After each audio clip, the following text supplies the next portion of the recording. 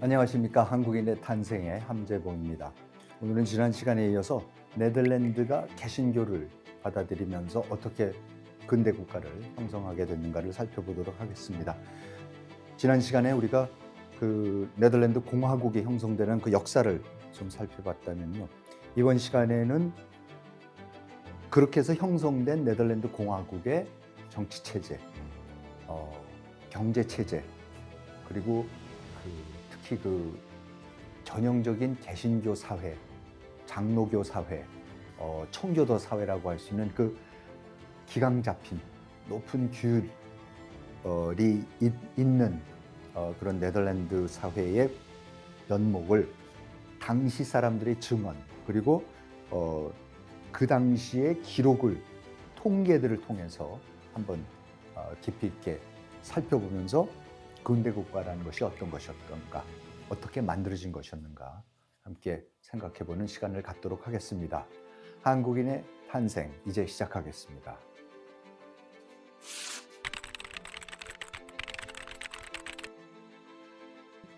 네덜란드 공화국은 결국은 왕을 수입하는 데 실패하고요. 왕정이 안 되고 결국은 이제 공화정으로 이어갈 수밖에 없게 됩니다. 근데 그 공화국이라는 것도 7개의 독립적인 주들이 연합해서 만든 거죠. 그러니까 7개 주라는 것이 홀란드, 질란드, 위트레트, 프리슬란드, 드렌터, 그 다음에 오버레이설, 그 다음에 이제 우리가 그 프랑다스에 개할 때 하는 그 프랑드르와 림부르의 일부, 이렇게 해서 7개 주가 됩니다. 그냥 참고로요, 우리가 보통 네덜란드를 화란이라고도 많이 그러지 않습니까? 홀랜드라고도 많이 그러는데, 근데 홀랜드는 지금 말씀드렸다시피 네덜란드를 형성하고 있는 7개 주 중에 한 주를 그걸 홀랜드라고 부릅니다. 자, 이 나라들은 완전히 자치국들이었습니다. 자치주들이었습니다. 스테이츠 제너럴이라는 게 프랑스에서도 나중에 프랑스 혁명이 일어나게 되는 게 루이 16세가 세금을 걷기 위해서 에스테이츠 제너럴이라는 의회를 오랜만에 불러 모으지 않습니까? 그 에스테이츠 제너럴이라는 게 그게 지주들이나 지역 사람들이 자치권을 갖고 있는 의회들이었던 거죠. 그 사람들을 불러서 나한테 세금을 더 내라 그랬는데 이제 못 내겠다 그래갖고 거기도 이제 결국은 전쟁이 벌어지기 시작하고, 그러면서 부르봉 왕실이 무너지게 되는 이제 그런 프랑스 혁명이 일어나게 된 그런 일이 벌어지지만, 아무튼 이 유럽 사람들 특징이 이 스테이츠 제너럴, 국가의회라는 것이 특징이었습니다. 굉장한 자치의 전통이 있었던 거죠. 그렇지만 이거는 국가의회고, 실질적인 권력은, 실질적으로 정책 결정을 내는 거는요, 각 도시나 각 주의 의회의 시장들, 의회, 이런 사람들이 권력을 나누고 모든 것을 합의를 통해서, 토론과 합의를 통해서 결정을 합니다. 그러니까 강력한 군주가, 강력한 지도자가 일사불란하게 현명하고 똑똑한 뭐 세종대왕 같은 무슨 뭐 이런 사람이 나와 갖고는 모든 거를 딱 정해 가지고 명령을 내려서 명령 계통이 정확하게 서 있어 갖고 기강이 잡힌 관료들이 있어서 이걸 집행하고 이러는 게 아니라, 관료들도 없고 강력한 군주도 없고 강력한 지도자도 없는데 자기네들끼리 토론을 하고 협의를 통해서 나라를 꾸려가는데 이렇게 효율적이고 이렇게 강한 나라를 만듭니다. 민주주의가 어떤 독재 국가들보다도 강할 수 있고 성할 수 있다는 것을 네덜란드는 굉장히 일찌감치부터 보여줬습니다. 네덜란드는 종교적으로 다양했던 사회죠. 그러니까는 지난 시간에도 말씀드렸듯이 북부는 개신교도들이 많이 들어와서, 칼뱅주의자들이 많이 들어와서 개신교로 변하지만, 남쪽 지금의 벨기에, 그다음에 지금의 프랑드르주의 일부 같은 데는 아직까지도 카톨릭으로 남아 있기도 합니다.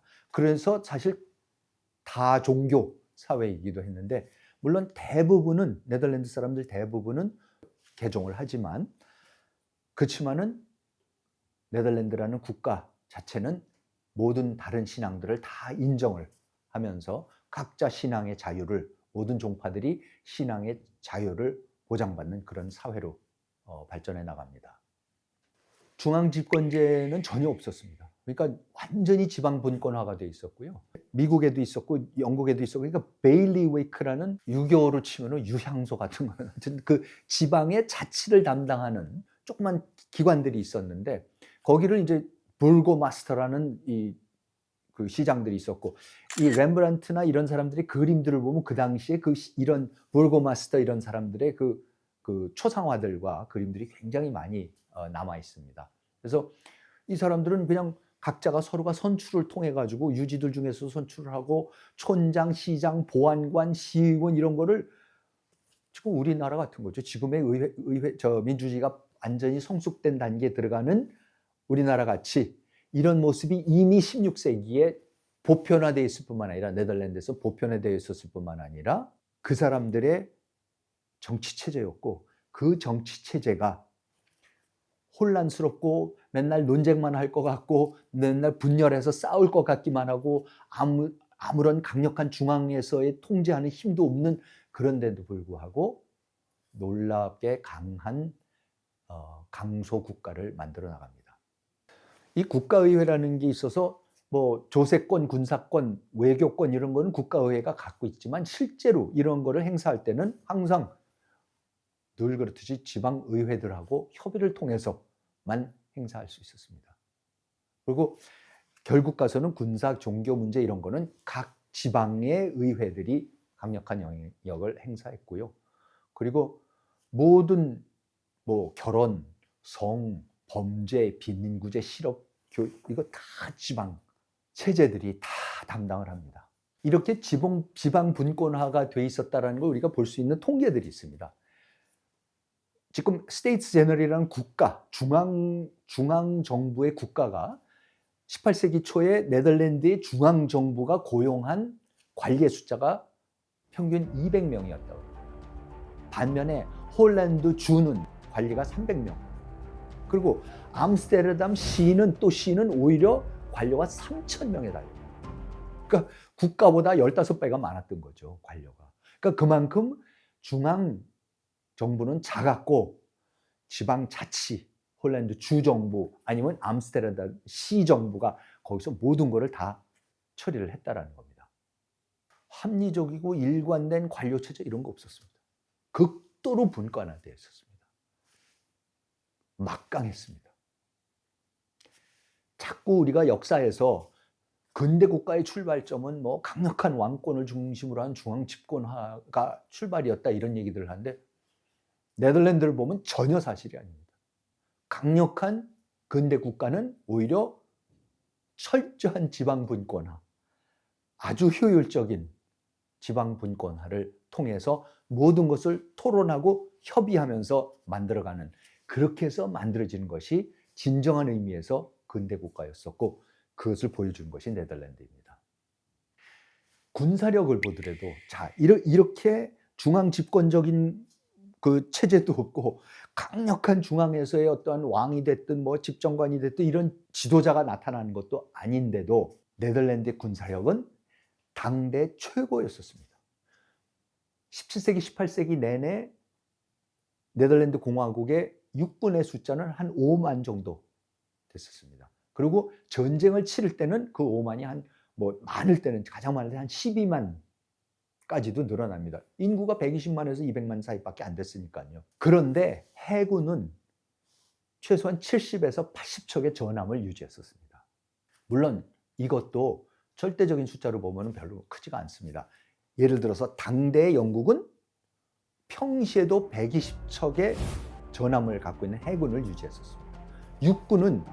영국의 육군은 평상시에도 9만이었습니다. 그러니까 네덜란드 거의 배가 됐었던 거죠. 육군은 배가 되는 거고, 해군도 네덜란드에 비해서 적어도 30-40%는 더 컸었습니다. 프랑스는 늘 100척이 넘는 전함을 보유했었고, 육군은 많을 때는 40만에도達. 그렇지만 그 국가의 사이즈나 인구의 비율로 봤을 때 네덜란드가 70-80척의 전함을 유지하고 5만의 육군을 유지했다는 건 실로 놀라운 일입니다. 당시 네덜란드가 200만이었다면 인구가, 영국은 550만, 프랑스는 2,000만이 넘었습니다. 작은 나라라고 약했던 게 절대 아닙니다. 그 대신 국민 한 사람 한 사람의 부담으로 치면은 다른 나라에 비해서 비교할 수 없이 높은 큰 부담이었습니다. 나라의 힘이라는 게 거기서 나타나는 거죠. 지금의 이스라엘 같은 겁니다. 이스라엘 인구 300만에서 500만밖에 안 되는데 이제 뭐 이민 오고 왔다 갔다 하는 거 따라서 다르지만은 그 조그만 나라가 지금 우리가 이란전에서도 보고 있듯이 목격하고 있듯이 얼마나 막강한 군사를 역을 유지합니까? 그 대신 전 국민이 남자하고 여자하고 다 상관없이 다 군대를 가야 되는 거고 군대에서 아주 제대로 된 군사훈련을 받고 그리고 제대로 된 전투들을 다 하고 있는 거고 그런 부담을 국민들이 질 수가 있어야지 저러한 강한 국가가 작으면서도 강한 국가가 나옵니다. 그런데 왜 그게 가능했냐라는 거죠. 왜 그렇게 큰 부담을 질 수가 있었는가? 그럼 뭐였을까 그게? 체력이 더 그냥 좋았던 건가요? 그렇죠? 이게 뭐냐라는 거예요. 그게 바로 기강입니다. 그런 것이 정신력이고 그런 것이 기강이고 그런 것이 규율인 거죠. 그러니까는 네덜란드는 놀라운 정도의 아주 고도의 부담을 질 수 있는 그러한 규율, 기강을 갖춘 국민들이었다는 사실이죠. 이게 어디서 나타나냐면요. 이 놀라운 높은 사회 기강이 어떻게 나냐면 네덜란드는 당시 유럽에서 가장 범죄율이 낮았습니다. 그냥 낮은 게 아니라 다른 어떤 나라하고도 비교도 안 되게 범죄율이 낮았습니다. 이 모든 통계들이 지금 남아 있습니다. 특히 외국 사람들이 네덜란드를 여행해 보면서 이 얘기를 전부 다 합니다. 영국 여행자 중에 그 당시에 16세기에 네덜란드를 방문했던 사람은 이런 기록을 남기고 있습니다. 암스테르담에 가보고 나서 이렇게 얘기를 합니다. 이 도시에는 다양한 사람들이 거주하고 있고 이방인들도 많지만 밤에 불법이 자행되었다는 얘기는 거의 듣지 못했다라고 합니다. 또 독일 사람 한 사람은 이제 네덜란드 제2의 도시 라이덴에 가서 이렇게 얘기를 합니다. 라이덴에서는 총이 없이 다녀도 되고 여러 날 길을 떠날 때도 문을 잠그지 않아도 된다고 하였다. 저는 요즘에 우리 사회를 보면은 그 외국 사람들이 와서 가끔 그런 거 많이 하더라고요. 뭐 한국 사람들은 무슨 전화기도 아무데나 놓고 가고 가방들도 아무데나 놓고 가고 운동하고 돌아오고 근데 그런 거에 대해서 하나도 신경 안 쓴다. 사실 선진국에도 웬만한데 그런 거 놓고 가면은 다 도둑질 당하고 그러기 마련인데 참 그런 거 많이 이제 우리가 볼 수 있었는데 우리 어렸을 때는 그런 얘기 많이 들었어요. 뭐 네덜란드 같은 데를 가면은 아무리 지갑을 두고 가도 안 훔쳐가고 나중에 가면 그 자리에 다시 찾을 수 있다 이런 얘기를 했는데 참 우리가 그런 사회가 됐다라는 거는 굉장히 자랑스러운 얘기고 그게 이제 우리가 근대 국가 기강이 잡힌 규율이 잡힌 사회가 됐다라는 그런 걸 보여주는 거기도 하지만 네덜란드가 바로 이미 16세기 때부터 그런 나라로서 범죄율이 낮은 기강이 잡힌 나라로서 정평이 나 있었습니다. 반면에 그때 똑같은 네덜란드인데 아직도 스페인령 그러니까 네덜란드의 남쪽이죠. 그러니까 북부 7개의 주가 네덜란드 독립을 하고 나머지 주들이 이제 벨기에나 프랑드르의 일부가 카톨릭 국가로서 그냥 남아서 스페인령으로 남았다고 말씀을 드렸는데 거기에 프랑스 사제, 프랑스 신부님 샤르 레메트라는 분이 그 네덜란드 남쪽을 방문을 했는데요. 거길 가니까 딱 도착을 하니까 웬 한때의 사람들이 몰려오더니 당신 여기서 그냥 다니면은 큰 위험하니까 우리가 당신을 호위를 하고 다니겠다. 그 대신 돈을 내놔라 그러더랍니다. 이런 게 아주 보편화가 돼 있다랍니다. 그래서 영국 귀족 부인 어떤 한 사람이 또 프랑스의 깔레 지방이라는 게 그 도버 해협을 건너자마자 그 영국에서 건너자마자 그 도달하는 그 거기가 깔레라는 도시가 있는데 해안 도시가 있는데 거기를 방문했었는데 똑같은 일을 당했답니다. 그리고 존 로크 같은 사람들도 프랑스를 방문해보고 그렇게 범죄율이 높았다는 기록들을 남기고 있었고 재밌는 사실은 파리에 가면 파리 대학생들 갱단들이 그렇게 악명이 또 높았다고 합니다. 제가 한번 인용을 벌써 했었던 그 에글리온비라는 영국의 여행가이고 수필가이고 했던 그 에글리온비라는 사람은 스페인에 가서 이렇게 얘기를 합니다. 밤에 이방인이 길거리를 다니기에는 마드리드는 리스본만큼 위험하다. 반면 홀란드에서는 낮이나 밤이나 강도나 치안들을 만날 걱정 없이 여행할 수 있다. 네덜란드는 굉장히 특이한 나라였습니다. 17세기 첫 4반세기 동안 1700년에서 1725년 사이에 네덜란드에서 살인죄로 유죄 판결을 받은 사람은 100명이 안 됐습니다. 그 다음 25년, 1725년에서 1750년 사이에서는 또 70명으로 줄고 그 다음 25년에서는 20명으로 줄고 18세기 중엽이 되면은 아예 10명이 안 됩니다.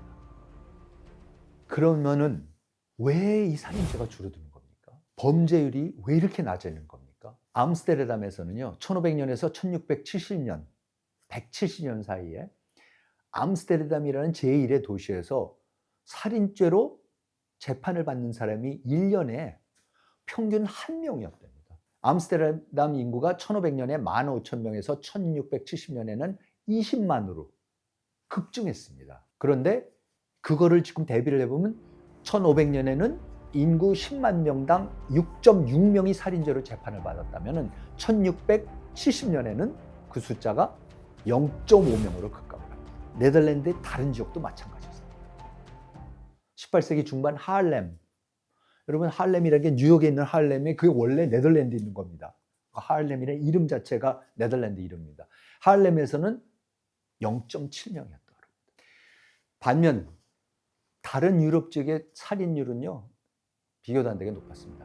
스웨덴 스톡홀름에서도 16세기 중반에는요, 인구 10만 명당 20회의 살인 관련 재판이 열렸고 1620년대에는 매년 32번이나 살인 관련 재판이 열렸습니다. 1643년 파리에서는요, 살인 관련 재판 횟수가 10만 명당 75회. 1644년 6월에는 하루에 14건의 살인사건이 파리에서 있었습니다. 이런 통계가 있었다는 것도 놀라운 거고, 왜냐하면 그만큼 치안 체제가 대단했다라는 거죠. 이런 통계를 다 낼 수 있을 정도의 그런 시스템을 갖추고 있었다라는 건 놀라운 일입니다. 그 자체로. 가장 크고 진화된 경찰 시스템을 갖고 있는 건 파리였고 17세기 파리의 경찰 숫자가 3,000명이었다고 합니다. 평균 3,000명에 달했답니다. 반면에 같은 시기에 암스테르담의 경찰 숫자는요 20명 정도였답니다. 물론 파리가 인구가 더 많았겠죠. 그래도 아무리 인구가 많더라도 이게 150배나 많지는 않았습니다. 근데 지금 경찰 숫자로 보면 파리 3,000명이 있을 때 암스테르담은 20명밖에 없었다는 것은 이거는 치안의 문제가 아니죠. 규율과 기강의 문제였던 거죠. 사회 규범, 도덕, 윤리 도덕 규범 이런 것이 얼마나 잘 잡혀 있었던가, 뿌리 내리고 있었던가를 또 우리가 알 수 있는 아주 중요한 통계가 있는데 그게 뭐냐면 혼외 정사 숫자입니다. 이게 유럽에서는 이 통계들이 다 있습니다. 근데 그걸 우리가 어떻게 알 수 있느냐면 사생아들의 출산 횟수를 보면 알 수 있습니다. 왜 사생아인 줄 압니까? 기독교 국가들이니까 아이들이 태어나면 어떻게 돼요? 유아 세례를 줘야 되거든요. 그럼 세례를 줄 때 아버지는 누구고 어머니는 누구가 있어야 되는데 거기에서 소위 사생아들이면 아버지를 모르면 아니면 아버지를 밝힐 수가 없다거나 그러면 이제 사생아라는 게 그냥 밝혀지는 거죠. 그래서 이 기록들이 다 남아 있습니다. 이 척도로 봐서도 네덜란드는 유럽에서 윤리도덕이 가장 잘 정립된 그런 나라였었습니다. 네덜란드는 시골에서도 사생아 출산율이 18세기 말까지도 1%를 밑돕니다. 그러니까 시골이라면 더 어떻게 보면 더 느슨했을 수도 있는 거고 그 윤리도덕률이. 그런데도 사생아 출산율이 굉장히 낮았습니다. 로테르담 같은 도시에서도 조금 높아서 1770년대에 한 3%까지 올라갑니다. 역시 청교도가 퍼지기 시작하고 개신교 혁명이, 그러니까 종교 개혁이 일어난 영국에서도 특히 청교도 혁명을 올리버 크롬웰이 청교도 혁명을 해서 크롬웰이 집권하고 있던 1650년대에는요 사생아 출산율이 1%가 됩니다. 그리고 18세기 말 그러면 다시 청교도 공동체가 그 청교도 정권이 무너지고 다시 왕정 복과가 돼서 그래서 성공회가 다시 돌아가는 영국의 18세기 말이 되면 오히려 사생아 출산율이 5%로 늘어납니다. 청교도 때는 1%까지도 내려갔던 것이 성공회 때 되면 5%로 올라갑니다. 사생아 출생률은 특히 프랑스에서 높았습니다. 1710년대에는 프랑스의 사생아 출산율이 8%였고 1770년대 프랑스 혁명이 나기 직전에 가면 사생아 출산율이 25%에 달합니다. 무슨 말씀이냐면요. 낳는 아이들의 4분의 1이 아버지가 누군지 모르는 겁니다. 그런데 이 통계도 사실은 그 당시 프랑스에서는요, 사생아를 낳으면은 그거를 꼭 마을의 성당에 가서 신부님한테 가서 내가 사생아를 낳았지만 얘한테 영세를 주십시오 해서 가서 영세를 받게 하고 얘는 사생아입니다라는 기록을 남기는 사람도 있었지만은 사생아를 낳은 사람들의 절반은 사생아들을 버렸습니다. 그러니까 사생아의 50%는 버렸는데 그 50%만 갖고 기록이 남아있는 것도 보면은 인구의 4분의 1이 사생아라 그랬으니까 사실은 반이 버려졌는데도 25%였다는 얘기는 뭐냐면 사생아 출생률은 사실은 실질은 거의 50%에 달했다는 거죠. 루소 같은 사람이요. 루소가 그 유명한 에밀을 쓰고 뭐 불평등 기원론을 쓰고 사회계약론을 썼던 루소는 아이를 넷을 낳았지만 다 버렸습니다. 다 고아원에다 버렸습니다. 그리고 찾지 않았습니다. 굉장히 어떻게 보면 자연스러웠던 일이고 너무나도 흔히 있었던 일입니다. 이런 것이 말이 안 된다고 생각을 하고 그런 것을 철저하게 규범을 잡고 기강을 잡고 한 것은 칼빈주의 국가들밖에 없었던 거죠. 그래서 그 중세 봉건 사회의 그 어지러운, 그러니까 흑사병이 나고 대기근이 나고 교회의 대분열이 일어나고 백년 전쟁이 일어나고 콘스탄티노플이 함락이 되면서 이슬람이 세력이 급격히 팽창해 들어오고 흑사병이 돌고 하면서 중세 봉건 사회가 완전히 무너질 때 그 사이에서 다시 기강을 잡고 질서를 잡으면서 오히려 그 전에보다도 더 지독한 기강과 질서, 규율, 윤리, 도덕을 확립해 나가는 것은 개신교라는 종교가 나와서 칼뱅주의가 나와서 가능해집니다. 지금 말씀드렸던 네덜란드, 프랑스, 영국 당시의 여러 가지 통계들은 바로 이 사실을 증명해주고 있습니다.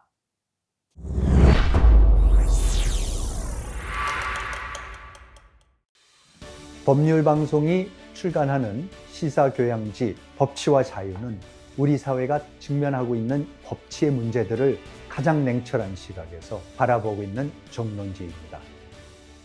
2026년 대한민국의 오늘을 가장 정확하게 깊이 있게 읽어볼 수 있는 법치와 자유를 만나보시기 바랍니다. 이제는 온라인으로도 편하게 읽어보실 수 있습니다.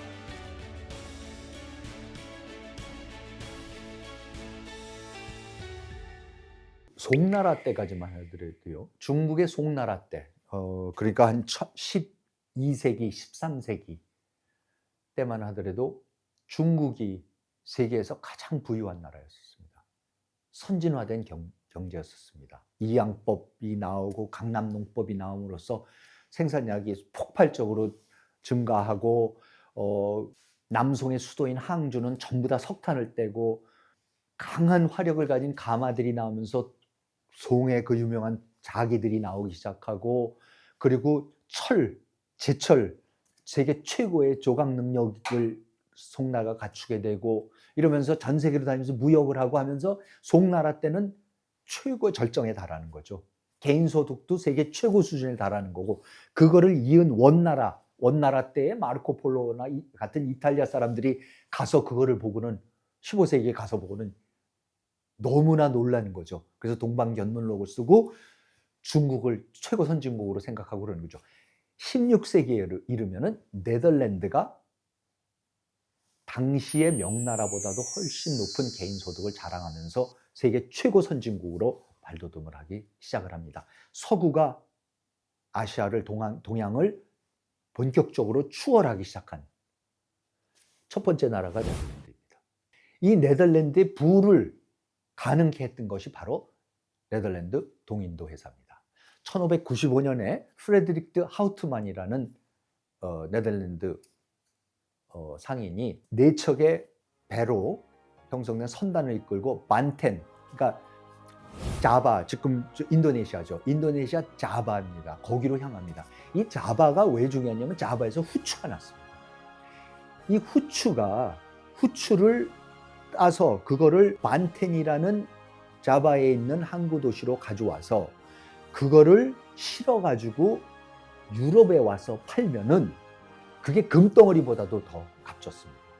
유럽 사람들이 제대로 맛있는 고기 맛을 제대로 보기 시작하고 누린내 없애는 후추를, 이런 온갖 향신료를 들여와서 요리를 하기 시작하는 거, 그게 바로 인도네시아 자바섬의 발견 때문입니다.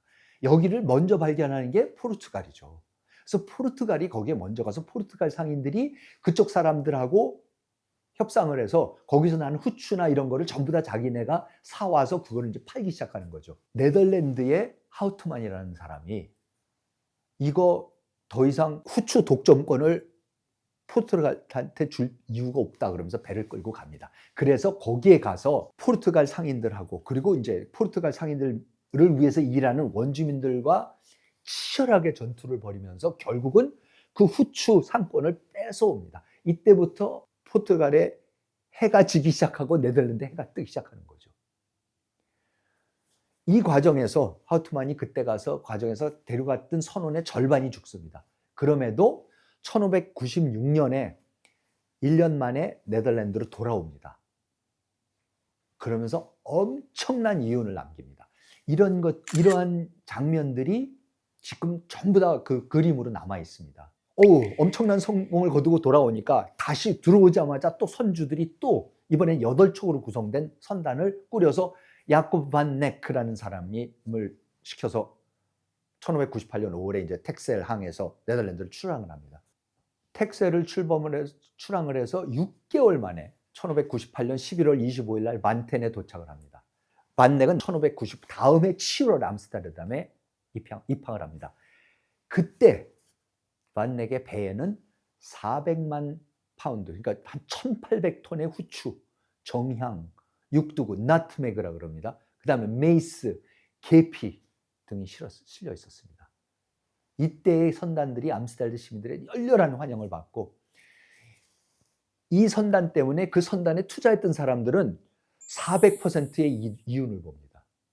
그러면서 이때부터 네덜란드가 완전히 인도양의 향신료 무역을 장악해 나가기 시작합니다. 자, 그런데 이때까지만 하더라도 이런 선단을 꾸리려면 이제 돈 많은 사람들이, 자본이 있는 사람들이 투자를 해갖고 선단을 꾸려서 그래서 보내고, 그러면 이제 갔다가 돌아오면 뭐 400% 이윤을 남기고 그러면 이제 당연히 선단은 해체되는 거고, 또 이제 더 돈 벌고 싶은 사람 아니면 다시 재투자를 하고 싶은 사람은 또 다른 선단을 꾸려가지고 거기에 이제 또 투자를 해갖고 보내고 이제 그렇게 되는 거죠.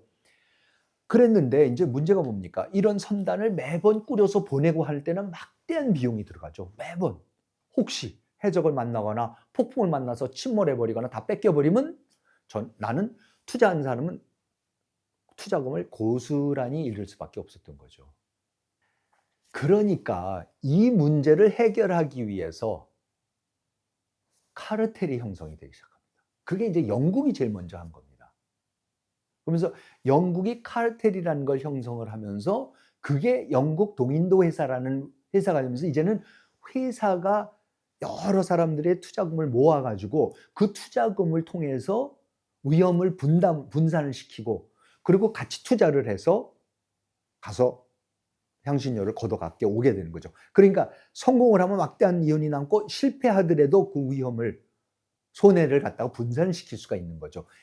그리고 특히 중요한 것은 매번 올 때마다 선단을 해체해서 또 새 선단을 만들고 이러는 것이 아니라 아예 그 회사가 그 선단을 고용을 해서 늘 고용을 해서 계속해서 선단들을 보내고 돌아오면은 또 수리해서 또 늘 선원들을 고용을 하고 선장들을 고용을 해갖고 자기 회사 사람으로 만들어서 회사가 돌아가기 시작하면은 중단 없는 무역이 가능해지기 시작하는 거죠. 1602년에 네덜란드 공화국 정부가 연합동인도 회사라는 회사를 출범시킵니다. 그리고 정부가 이 동인도 회사로 하여금 아시아의 무역을 독점할 수 있는, 네덜란드에 다른 누구도 가서 안 되고 아시아의 향신료 무역이 됐든 그 무역을 하려고 그러면 네덜란드 동인도 회사만이 그거를 독점할 수 있다라는 권한을 주고, 그리고 그 회사가 가서 기지를 건설하고 군대를 투입하고, 그리고 그 현지에 왕이 있든지 군주가 있든지 영주들이 있으면 그 사람들하고 계약을 체결할 수 있는 나라와 같이 그 권한까지 다 줍니다. 그러니까는 나라가 할 수 없는 거를 회사를 만들어서 그 회사로 하여금 돈만 버는 게 아니라 장사만 하는 게 아니라 사실은 정부의 역할을까지 대신해 가면서 다국적 기업을 최초로 만드는 것이 영국의 동인도 회사고 네덜란드의 동인도 회사입니다. 그러니까 이런 회사들은 다른 어떤 나라가 보는 상인들과는 달리 그 나라의 어떤 나라에 가서 거기에 가서 모든 외교적인 협상을 다 할 수가 있고 거기랑 장사를 할 수 있는 모든 권한까지 다 주고 그거를 뒷받침할 수 있는 군사력이나 해군력이나 이런 것까지도 모두 허가를 해주는 거죠. 이렇게 해서 대영 제국이 일어나기 시작하는 거고, 이렇게 해서 네덜란드가 당시 대영 제국 이전의 세계 최강 대국의 무역국으로서 성공할 수 있게 됩니다. 이 동인도 회사, 네덜란드 동인도 회사가 비약적으로 클 수 있게 되는 것은 증권 시장이라는 것을 네덜란드가 만들므로써 가능해집니다.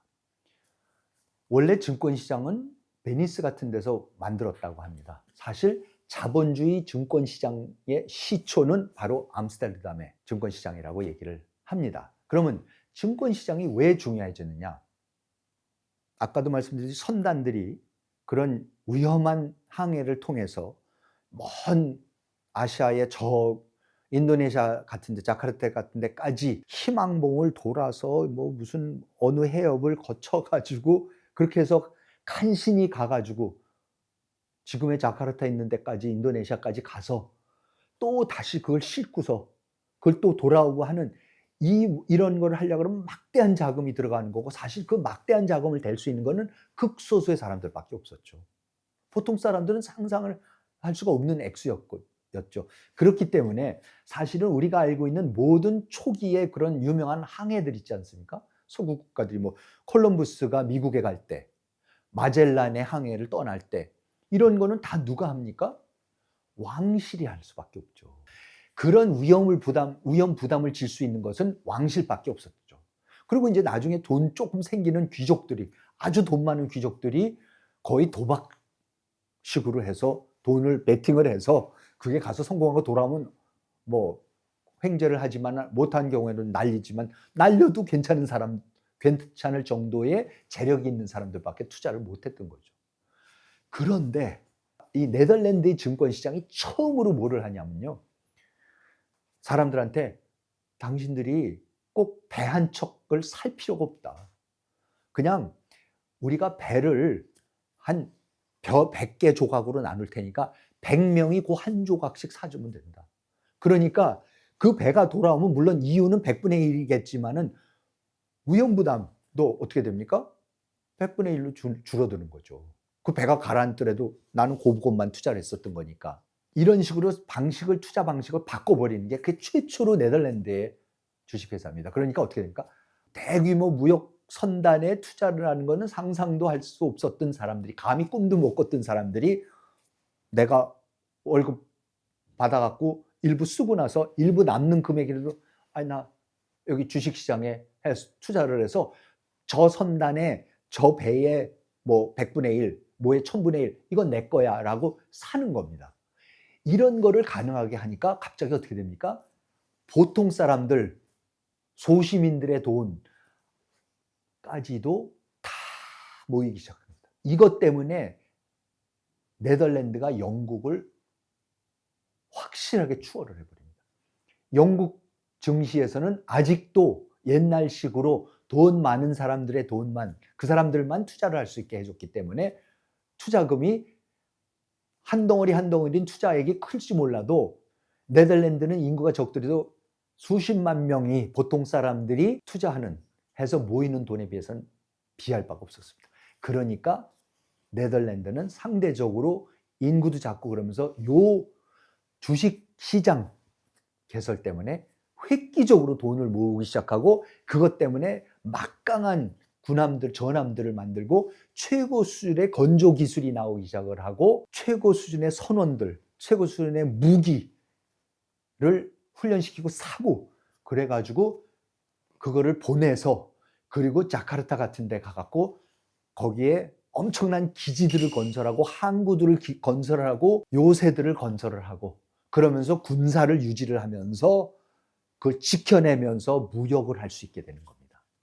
네덜란드 동인도 회사가 최초로 하는 것이 많이 있었는데 처음으로 자기네 회사에서 꼭 네덜란드 사람이 아니라 현지인들을 고용을 해도 되도록 자기네 회사 사원으로 그러면 인도네시아 가면 인도네시아 사람을 자기 회사원으로 고용을 시켜서 같이 일을 하도록 하고 월급을 받고 일을 하도록 하고 일본에 가면 일본 사람들 고용을 하는 거고 하면서 전 세계 현지인들하고 고용을 합니다. 영국의 동인도 회사는 훨씬 후에까지 영국 사람들만 고용을 합니다. 이러니까는 우선 인건비 절약을 놀랍게 인건비를 절약을 하기 시작을 합니다. 영국 사람들을 데리고 전 세계에 다니면서 영국에 임금을 주는 것보다 현지인들한테는 훨씬 더 월급을 덜 줄 수가 있었으니까요. 동인도 회사가 전성기에 달했던 17세기 중반에는요.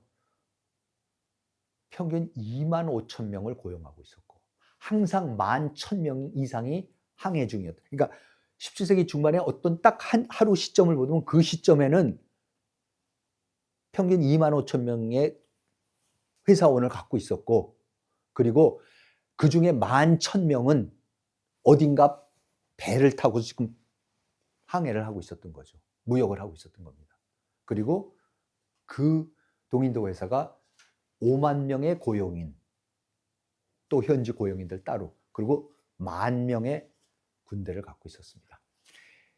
이때에 환율하고 인플레를 다 고려해서 오늘의 돈으로 환산했을 때 동인도 회사의 시총은 지금 미국 달러로 7조 달러에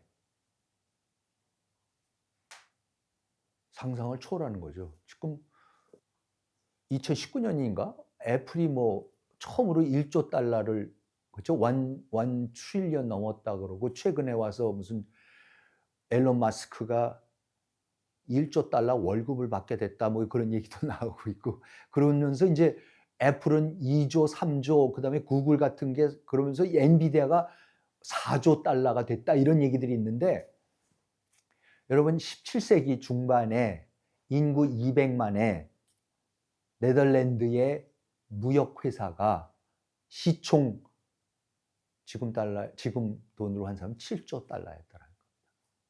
네덜란드의 황금기라고 불리는 1630년에서 1670년 기간에는요. 연평균 네덜란드 동인도에서 연평균 이윤이 210만 길더였습니다. 오늘 돈으로 환산하면 미화 700억 달러, 우리 돈으로 하면 78조 원. 미국의 애플이 최근에 미국이 애플이 가장 많은 이윤을 남겼던 게 2019년에 600억 달러, 67조 원을 남겼었는데 거의 400년 전에 네덜란드 동인도 회사는 한 해에 78조 원의 이윤을 남겼답니다. 당시 네덜란드 인구가 120만이었습니다. 네덜란드는요 너무 부자 나라가 됩니다. 사이먼 샤마라고 영국의 유명한 역사학자가 있는데 그 사람이 쓴 책 제목 중에 하나가 Embarrassment of Riches. 너무 돈이 많아서 좀 창피할 정도. 라는 제목입니다. 너무 돈이 많아갖고 네덜란드 사람들이 어쩔 줄을 몰랐다는 겁니다. 여러분, 근데 이게 너무 재밌는 게 뭐냐면요. 네덜란드가 그렇게 돈을 버는데도 이게 칼뱅주의 국가지 않습니까? 청교도 국가입니다. 그러니까 여러분, 이때 렘브란트가 나오지 않습니까? 밴 다이크, 이 유명한 네덜란드 작가들이 나옵니다. 그러면 이 사람들이 기가 막힌 그림들을 그려놨지 않습니까? 그런데 거기에 보시면요, 렘브란트의 작품들을 전부 다 보시면 거기에 뭐 어떤 시장의 유명한 상인들, 회사 상인들이 모여서 찍은 사진, 그 그림 같은 거 있습니다. 가장 유명했던 인물들의 그림들이 다 초상화가 있는데요. 근데 렘브란트의 초상화에 나오는 네덜란드 사람들의 공통점이 뭡니까? 전부 다 까만 옷밖에 안 입었습니다. 청교도들이고 칼뱅주의자들이기 때문에, 금욕적이기 때문에 까만 옷밖에 안 씁니다. 그러니까 장로교 목사님들이 까만 옷에 흰 칼라만 나오지 않습니까? 네덜란드 사람들, 청교도 사람들, 미국으로 건너가는 청교도나 네덜란드에 있는 청교도나 다 이 칼뱅주의자들은 뭡니까? 까만 옷에 흰 칼라만, 흰 거를 집어넣는. 그래서 돈을 쓸 데가 없어서 그 칼라를 가지고 칼라에다 몇천 달러, 몇만 달러를 투자를 했다라는 거 아닙니까? 그걸 가지고 자기의 부를 과시할 수 있는 거는 그 하얀 칼라밖에 없으니까. 모자, 똑같은 모자 쓰고요. 가서 보시면 네덜란드에 그 엄청난 부 쌓여있는, 켜켜이 쌓여있는 부. 그러니까 가라앉는 도시를, 나라가 가라앉는 거를, 그거를 전부 다 끊임없이 토목공사를 해서 그걸 떠받치고 있는 그 투자를 끊임없이 할 수 있는 거고, 아름다운 그 수로가 다 있는 운하의 도시들을 끊임없이 만들어낼 수 있는 거고, 거기 가서 미술관 같은 거 보면은 최고의 미술품들, 작품들이 나오는 거고. 그것이 가능했던 것은 네덜란드 동인도 회사가 있었기 때문이고, 그러한 부를 창출할 수 있는 게 자본주의 국가인 거고, 그거를 처음으로 보여준 것이 네덜란드이고, 그런 네덜란드를 만들어낸 것이 개신교 칼뱅주의였던 것입니다.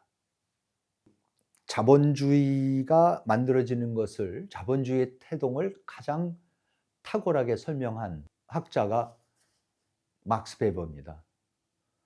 물론 칼 막스도 그 생산 양식의 변화를 통한 계급 투쟁을 통해서 자본주의가 탄생하게 되는 것을, 그런 이론을 설명하지만, 또 다른 문화적인 측면에서 가장 탁월한 설명을 제시한 것이 바로 막스 베버이죠. 근데 그 막스 베버가 자본주의가 어떻게 해서 만들어지게 됐는가를 설명한 유명한 책이 있지 않습니까? 그 책이 제목이 뭡니까?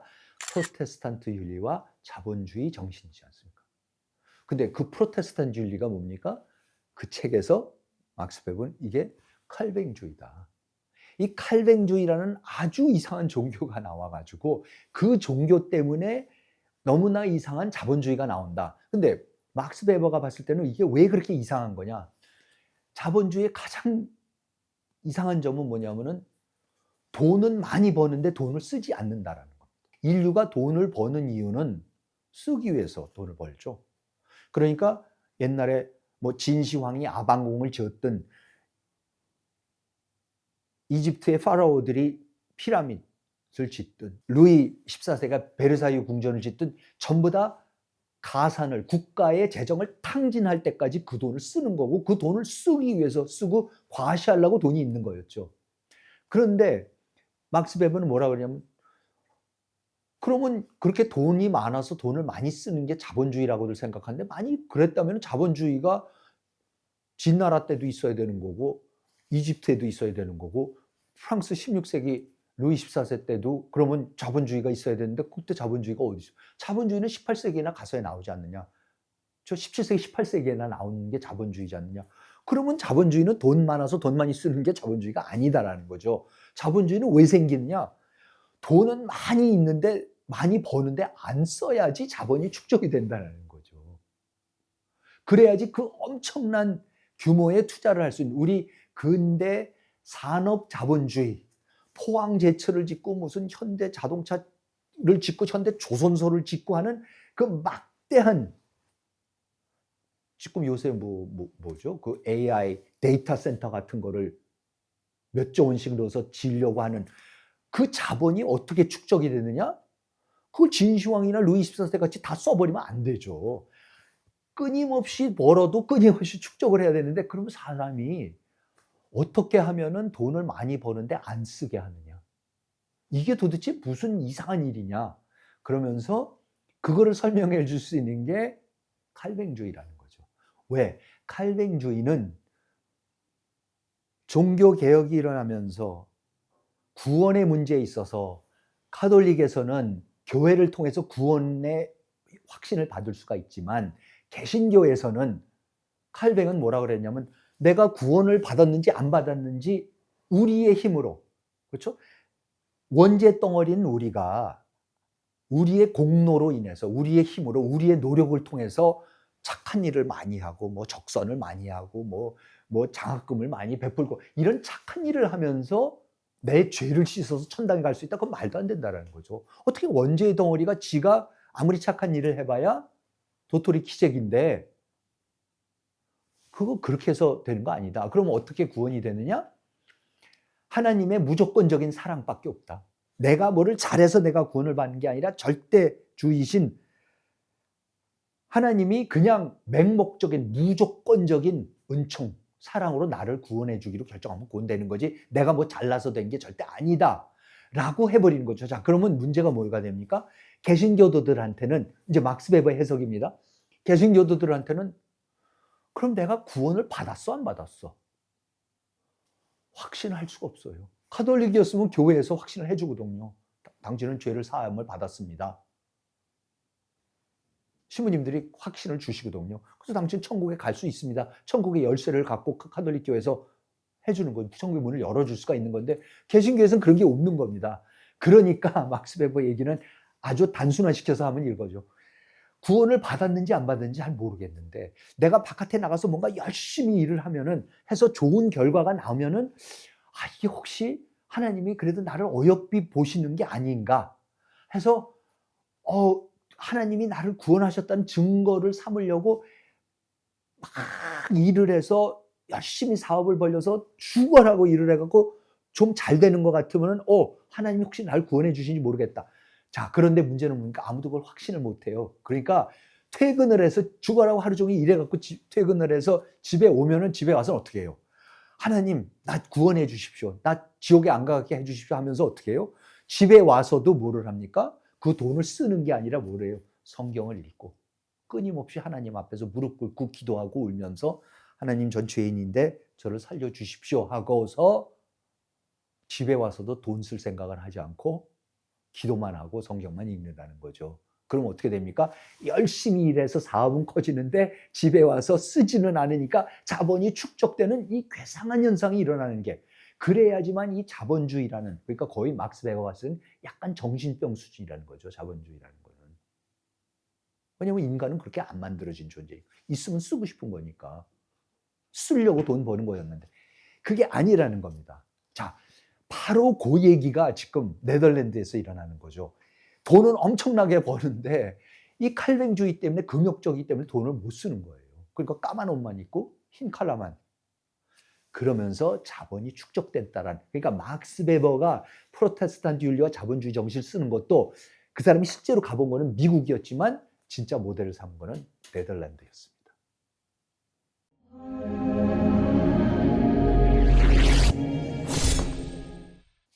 우리가 이 개신교라는 종교가 나오면서, 그 개신교 선교사들이 조선 말에 1880년대부터 조선에 들어오기 시작하면서 조선을 어떻게 바꾸는지, 그것이 조선 근대화에 어떤 기여를 했는지, 그거를 우리가 살펴보면서, 그리고 그 과정, 그 근대화, 개신교가 갖고 들어온 근대화의 논리를 이해하기 위해서, 그걸 더 잘 이해하기 위해서 먼저 개신교 혁명을 겪었던, 그러면서 근대 국가를 성공적으로 건설했던 나라들, 대표적으로 스코틀랜드 그리고 네덜란드를 살펴봤습니다. 다음 시간에는 이 모든 것이 합쳐짐으로써 네덜란드의 청교도, 영국의 청교도, 스코틀랜드의 장로교, 프랑스의 위그노 들이 전부 다 미국이라는 데로 이민을 가면서 미국에서 다시 칼뱅주의 국가를 건설하게 되는 거죠. 그리고 그 미국이 초강대국으로 부상을 하면서 칼뱅주의 국가로 형성이 되면서 초기에는 최소한 그랬죠. 그리고 그 영향을 막대하게 받는 조선이 근대화를 또 해나갈 수 있는 그 과정을 우리가 지금 추적해보고 있습니다. 역사적인 사건과 인물들을 통해서 한국인의 정체성을 탐구하는 한국인의 탄생, 오늘 이만 마치도록 하겠습니다. 함께 해주셔서 감사합니다.